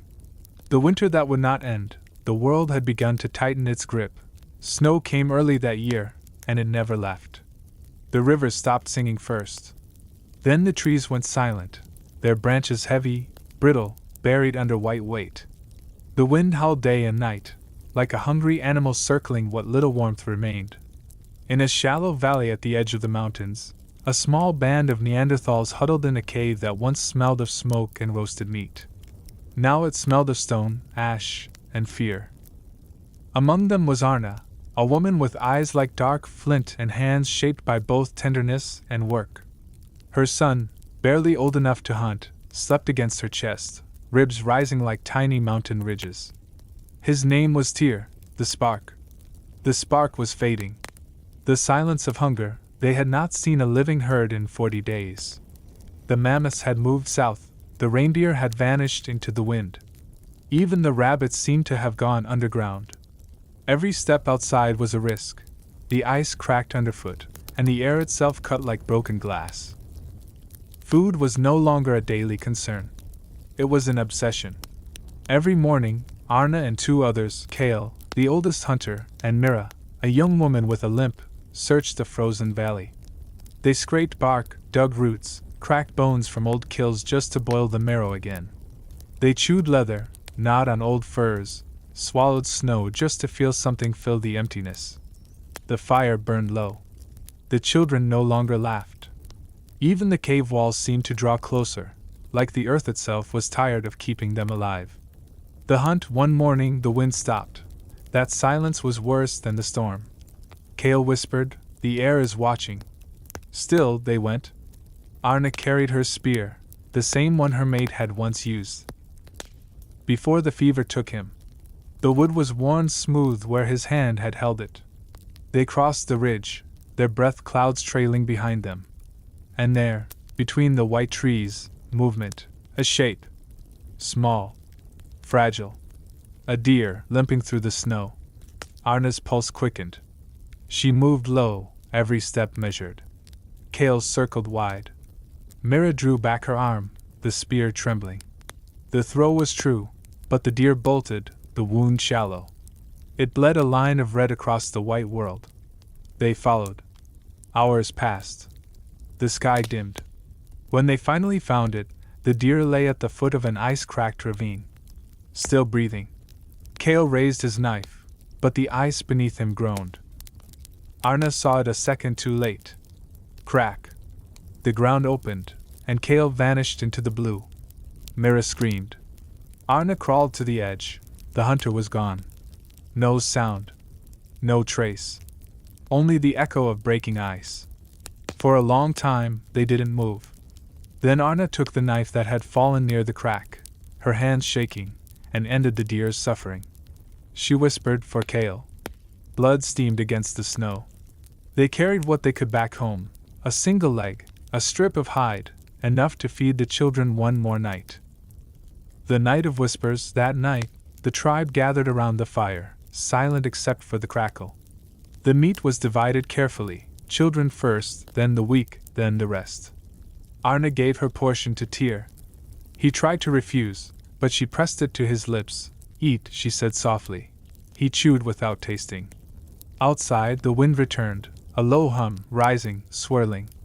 Mira said it was Kale, calling from below the ice. Others said it was the forest spirits, angry that blood had touched the snow without offering. They dropped a few bones into the fire as tribute. The flames flared, then dimmed. When Arna closed her eyes that night, she saw Kale's face, calm, unafraid, disappearing into white. She woke with tears frozen on her cheeks. The promise, the next morning, she went to the mouth of the cave. The sky was a dull gray, the sun just a faint coin behind the clouds. She knelt, pressing her hand into the snow until it burned. I will keep them alive, she whispered, to the last breath. Her words froze in the air, tiny clouds of resolve. Then she rose, took her spear, and looked at Tyr. He was staring at her, silent but understanding. He wanted to come. She shook her head, stay by the fire. But as she turned away, she felt a small hand grip her fur cloak. He wouldn't let go. She sighed, then stay close, my spark.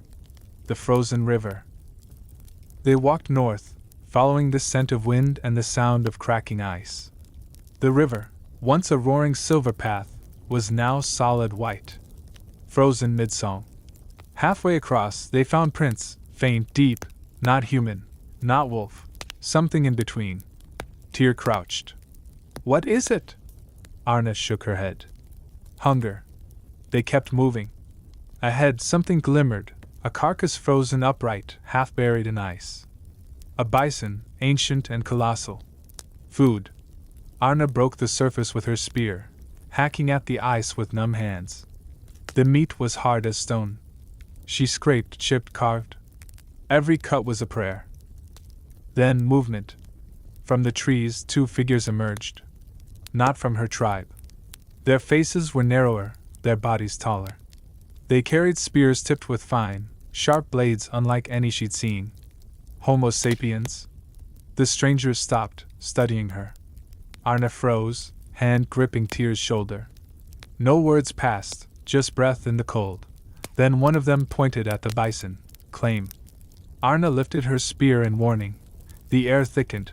Snow drifted between them, silent as ash. For a moment, no one moved. Then Tyr coughed, a small, innocent sound that echoed like thunder. The taller stranger flinched. Then lowered his spear, slowly, and stepped back. He pointed again at the bison. Then at the woods, as if to say, you take that. We'll take this. A trade of silence. Arna nodded. The man nodded back. And just like that, two kinds of humans shared a frozen meal under the same gray sky, without a word, without blood. The storm returns. By the time they returned, the storm had already begun. Winds screamed through the valley, pulling at their furs. The snow rose like smoke, swirling, blinding. Arna clutched Tyr's hand and ran. The world vanished into white. The cave was somewhere ahead, but every rock looked the same. She shouted his name, but the storm devoured her voice. Then she felt his hand slip. She turned, nothing but snow. Tyr! Her heart hammered. She stumbled forward, searching, calling, until her throat burned raw. Then, faintly, a cry. She found him huddled behind a fallen tree, half buried in drift. His eyes wide, tears frozen. She grabbed him, pulled him close. Don't let go. Ever. He nodded, face pressed into her chest. They pushed through the storm together, step by step, until the cave finally appeared like a wound of darkness in the white. Inside, the fire still burned, small, weak, but alive. They collapsed beside it. The long night, that night, no one slept. The storm roared outside, shaking the stones. The children whimpered. The men stared into the flames, silent. Arna held Tyr close, feeling the rhythm of his breath. He whispered, "Will the sun come back?" She looked toward the cave mouth, where the wind screamed like ghosts. "Yes," she said, but her voice trembled. Outside, something cracked, a branch, or perhaps a voice. No one dared move. The night stretched endlessly, until time itself felt frozen. The price of survival. When morning finally came, the world had changed. Snow covered the entrance almost entirely. The fire had burned low. One of the elders, Mira, had not woken. Arna sat beside her, holding the woman's cold hand. She said nothing, just closed the elder's eyes and placed a strip of hide across her chest. Tyr watched, silent. There were no tears left. Only the endless ache of endurance. The first light, then a sound. Distant. Soft. A single drop of water, falling from the roof of the cave. Melt. Arna looked up. A thin line of light seeped through a crack in the ice at the cave's mouth. She stood slowly, carrying Tyr to the entrance. The snow outside still glittered, but the wind had softened. The sun, faint and pale, was rising again. She held her son close, his breath warm against her skin. No words. No celebration. Just the quiet, fragile truth of survival. And as the sun broke over the mountains, painting the world gold for the first time in weeks, Arna whispered, not to any god, but to the world itself, not yet. The first picture, the first song, the night had fallen quietly over the mountains. Snow drifted down from a sky that glowed like silver ash, and the cave mouth flickered with a single fire, breathing light into the cold. Inside, the tribe gathered close.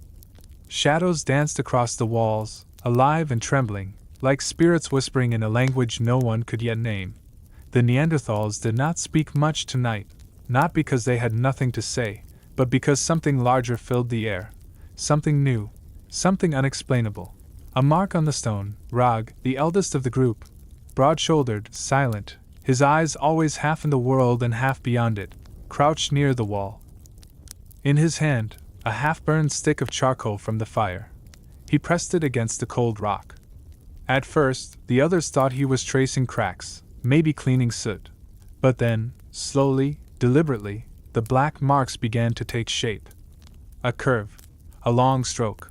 A shape that almost looked like the bison they hunted 2 nights ago. The children leaned forward, breath trembling. The women gasped softly. It was the first time they saw a memory outside the mind, something they could touch. A moment captured, not by words, not by blood, but by fire and stone. No one spoke, but they felt something stir deep inside, a strange, warm pulse that no winter wind could freeze. Rog looked at what he had made, his eyes reflecting the firelight. He didn't smile. He simply touched the drawing with his hand, as if to say, now it will not be forgotten. The sound beneath the bones. That night, when most had fallen asleep, Isha sat near the embers. She was young, perhaps no more than 20 winters, her hair tied with a strip of hide, her eyes full of quiet curiosity. Her son slept beside her, curled like a small shadow. She watched the flames die, one ember at a time, until the night grew almost silent, and then she picked up a hollow bone. It was from a bird, light and smooth. She placed it to her lips and blew softly, without knowing why. A sound came, thin, trembling, like the voice of the wind caught in a dream. It rose and fell, uncertain at first, then steadier. The echo filled the cave, touching the edges of Rog's drawing. The tribe stirred in their sleep. Some turned, smiling faintly. Even the baby murmured, as if his tiny body understood what words could not. That night, the first song was born. Music for the spirits. In the days that followed, they began to notice how the world responded. When the wind howled through the valley, they could hear the same note the flute made. When the rain fell on stone, it beat like a drum. Isha found herself humming to the rhythm of her footsteps.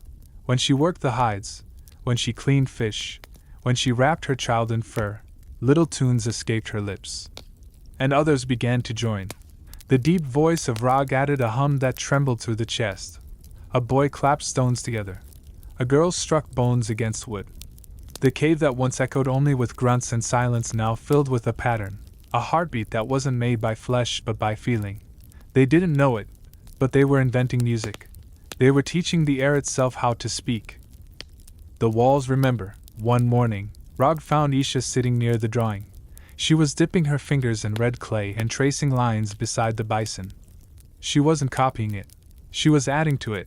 The curve of a hand, a dot, a wave, maybe even a sun. Shapes that didn't belong to the body but to dreams. Rog said nothing. He only watched, and then joined her. Their fingers left marks that weren't meant to tell a story, but to feel one. The others came, children, hunters, old women, each leaving a handprint, a smudge, a line. When they stepped back, the wall looked alive. A living skin of color and memory, breathing through the firelight. Each mark was a whisper to the future. We were here. We saw. We felt. Songs of fear and fire. That winter was cruel. The sky stayed gray for moons. Food grew scarce, and the tribe huddled deeper inside the cave. The fire was their only sun. They guarded it like a living god, feeding it with wood, whispering to it when the wind screamed outside. Sometimes, when fear grew too heavy to bear, Isha played the bone flute. Soft notes, like breath over ice. The tribe listened. They didn't understand it, but they felt lighter, as if the sound carried their fear out into the dark. A child began to hum along. Rog struck two sticks together, tap, tap, tap, like a heartbeat, and for a few minutes, hunger and cold faded away. Their world had changed. They had found a way to turn fear into beauty. The meaning they couldn't name. No one taught them to draw. No one told them to sing. It came from a place deeper than memory. The same place that made them hold each other when someone died, or stare in awe at the stars. Through their art, they spoke to something larger than themselves, to the forest, the sky, the spirits they believed hid in the shadows. Maybe they thought the songs pleased those spirits. Maybe they believed the drawings would keep the hunt strong. Or maybe, without knowing, they were speaking to us, across time. Every mark, every sound, every hum in that cave was a message that would travel 40,000 years, still trembling with life. The night of firelight and echoes, one night, when the snow finally stopped, the sky opened, full of stars so bright it looked like fire frozen in air. The tribe gathered at the cave mouth. They had survived another winter. Isha brought the flute. Rog brought the firebrand. They sat together, side by side, and played, one note, then another, then many. The flames rose and danced against the walls, lighting every drawing, every handprint. The children clapped. The elders hummed, and in that shimmering sound, the night seemed to lift and breathe. Somewhere in the distance, a wolf howled. The echo came back, not as a threat, but as harmony. For the first time, the Neanderthals felt something that no spear, no fire, no shelter had ever given them. They felt beautiful. The wind carried the sound through the valley, over the snow, across the sleeping world, the first song of humankind. Migration and the final dawn, the wind had shifted.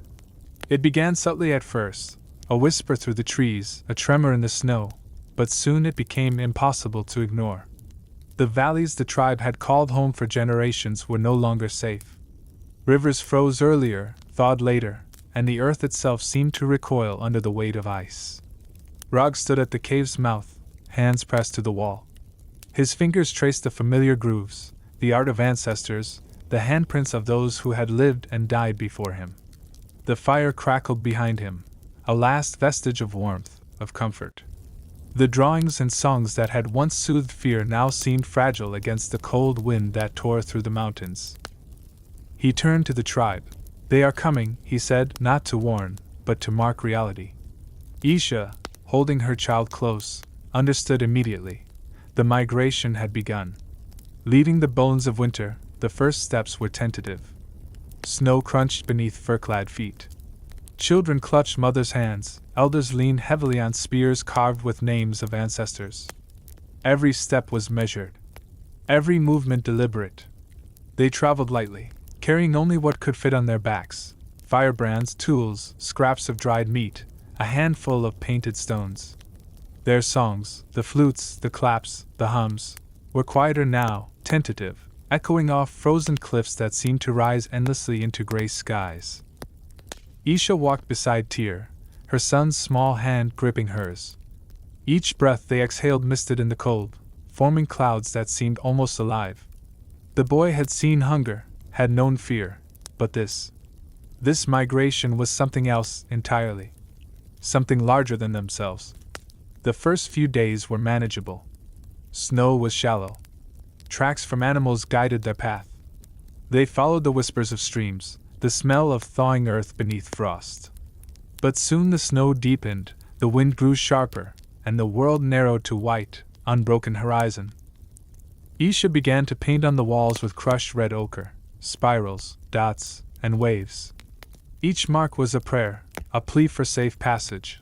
The children pressed their palms alongside hers, leaving smudged prints that mirrored the stars outside. They whispered songs into the fire. The notes were uneven, fragile, but the flames accepted them anyway, and in that fragile sound, the spirits of the valley seemed to listen. Hunger knows no names. By the second week, hunger began to gnaw in earnest. Rog and Mira scavenged frozen carcasses, elk, bison, rabbits that had succumbed to frost. Every bone was broken with care, every scrap of meat tasted like life itself. Tyr, small but curious, watched his mother chew dried leather. "Is this food?" he asked. "Yes," Isha said softly. He wrinkled his nose. She smiled, pressing the meat to his lips. "We eat what the world gives us. We survive." At night, when the fire dimmed and the snowstorm pressed against their cave shelter, dreams became dangerous. Children woke screaming, claiming shadow beasts had come to steal them. Elders muttered under breath, tracing symbols on the cave walls to ward off spirits they feared yet revered. Even hunger, though, could not quell their creativity. The flutes sang, the walls glowed with red and ochre, and the air vibrated with human presence that reached beyond necessity. Meeting the others. Around the third week, the tribe stumbled upon another group, not their own. Faces were narrower, bodies taller, movements unfamiliar. They froze, spears raised. The strangers raised their hands, not in threat, but in caution. The air was tense, brittle as frozen ice. Rog remembered the first time he had seen humans, distant, shadowy, years ago. And now, here they were again, alive, breathing, watching. No words passed. Only gestures. A woman offered a piece of meat, a man pointed toward the forest. It was understanding without language, the oldest kind. Survival dictated trust, momentary, fragile, necessary. Isha held Tyr behind her back, noticing the wary eyes of the strangers. She realized this encounter was not chance. The world was shrinking, and all paths converged.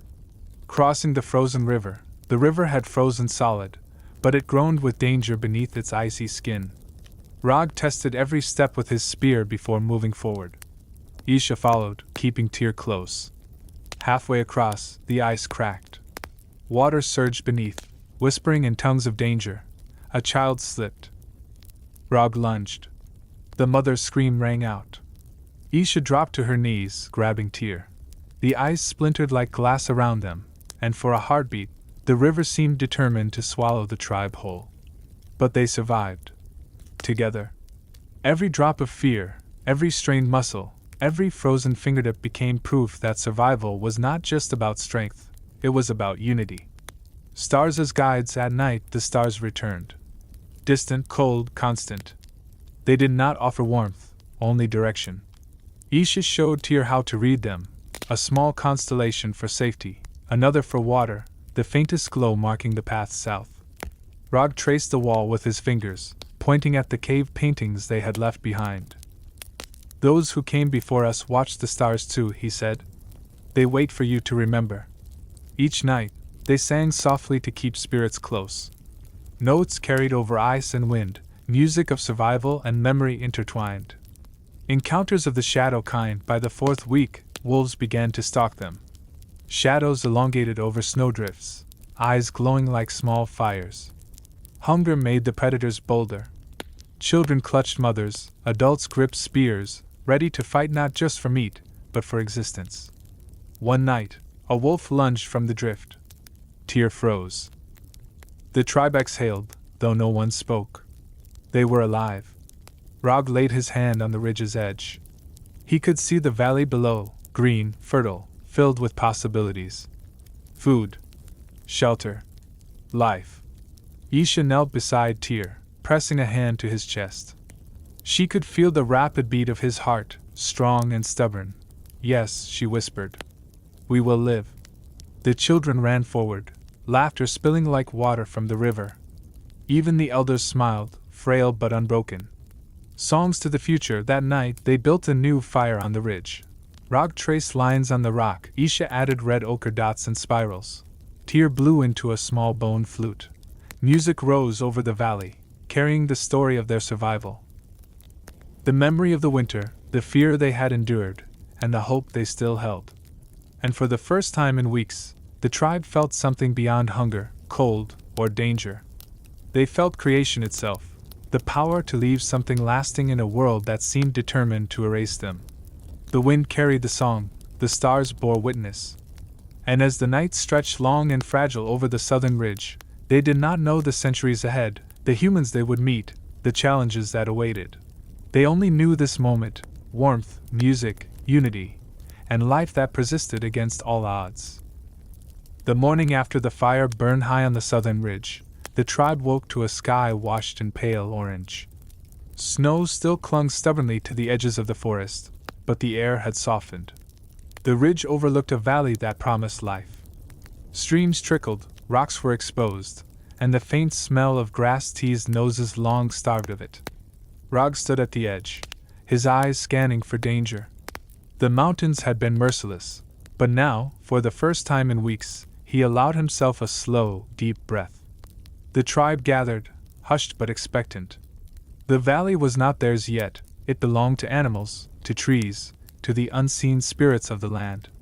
But it was free of ice, and that was enough. Isha knelt to place Tyr's hand against a patch of thawing earth. The soil smelled of life, pungent and rich. She pressed her fingers into it, leaving tiny imprints, a quiet declaration: we are here. We survive. Tyr copied her, and for a moment the boy smiled, a rare, sunlit smile that seemed to hold all the weight of hope the tribe had carried. Encounter with the others. As they moved down into the valley, a shadow appeared across the trees. Shapes at first, then figures, unmistakably human, moving with strange agility. Their limbs were taller, faces narrower, skin lighter. Rog signaled the tribe to halt. Spears rose. The strangers stopped, equally cautious. One raised his hands in a gesture that was neither threatening nor submissive. Their eyes scanned the tribe, curious but wary. Isha pressed Tyr close, feeling his heartbeat quicken. The two groups watched each other in silence. Words did not exist for this moment, only understanding, fragile as ice underfoot. One of the strangers dropped a small piece of dried meat.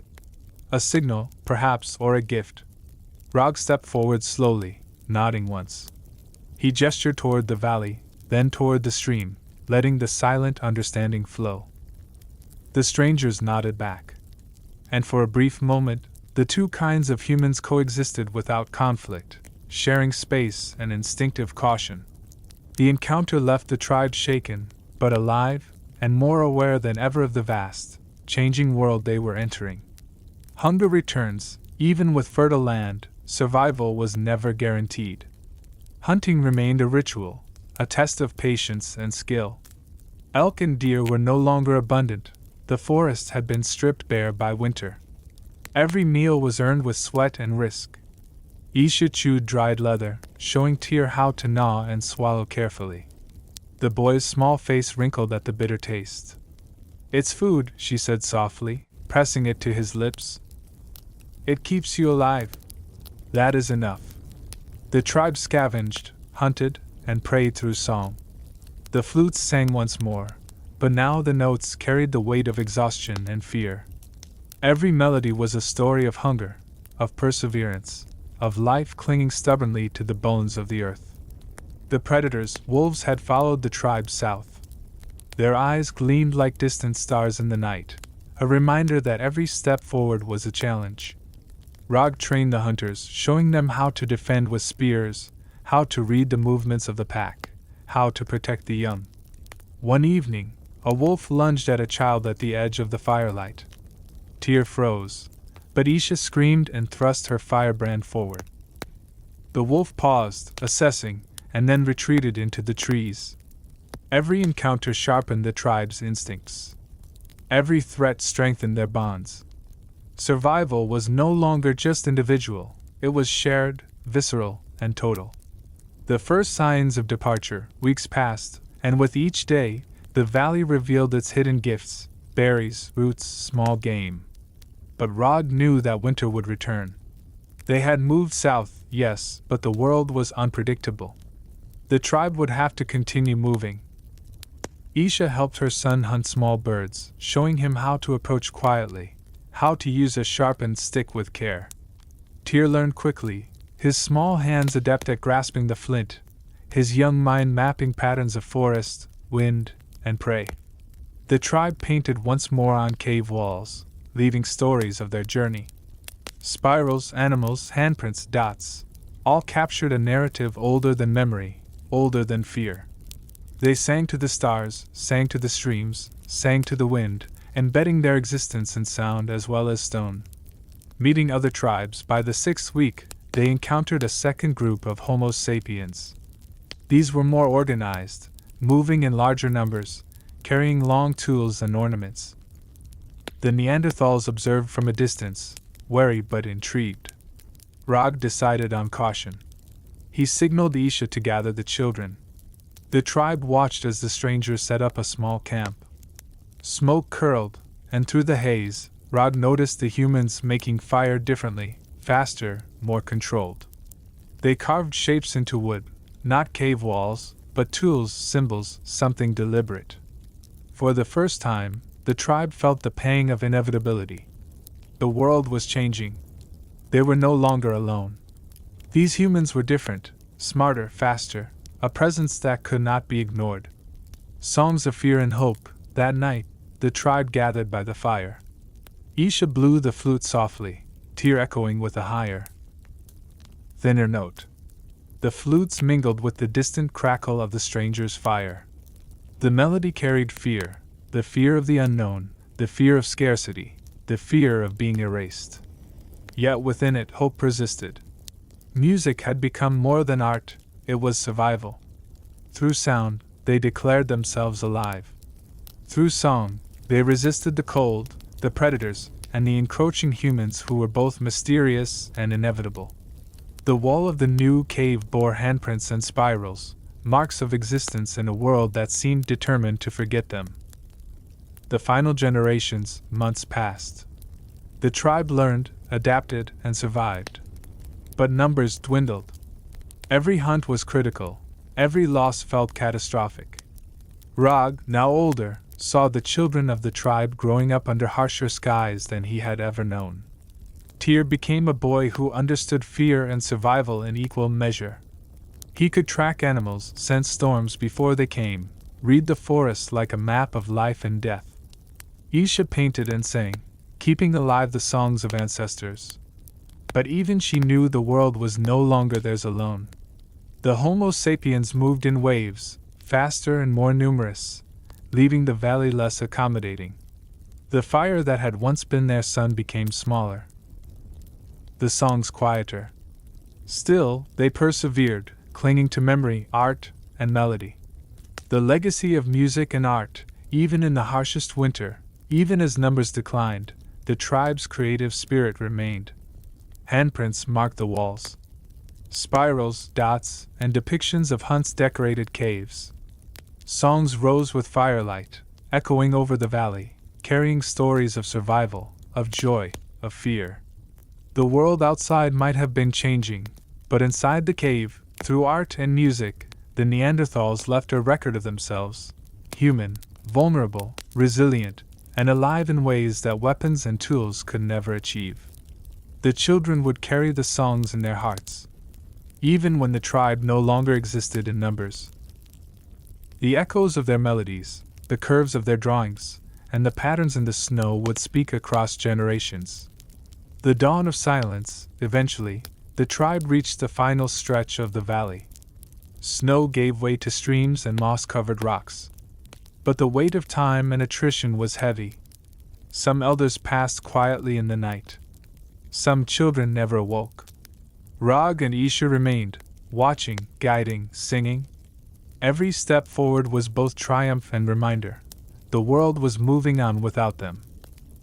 And as the sun rose over the southern ridge, casting long golden shadows across the valley, the last notes of a flute carried over ice and stone.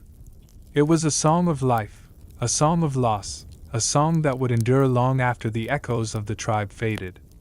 The Neanderthals would vanish from the world, but their art, their music, and their humanity would leave a trace, a memory carved into earth and sound, whispering across the ages.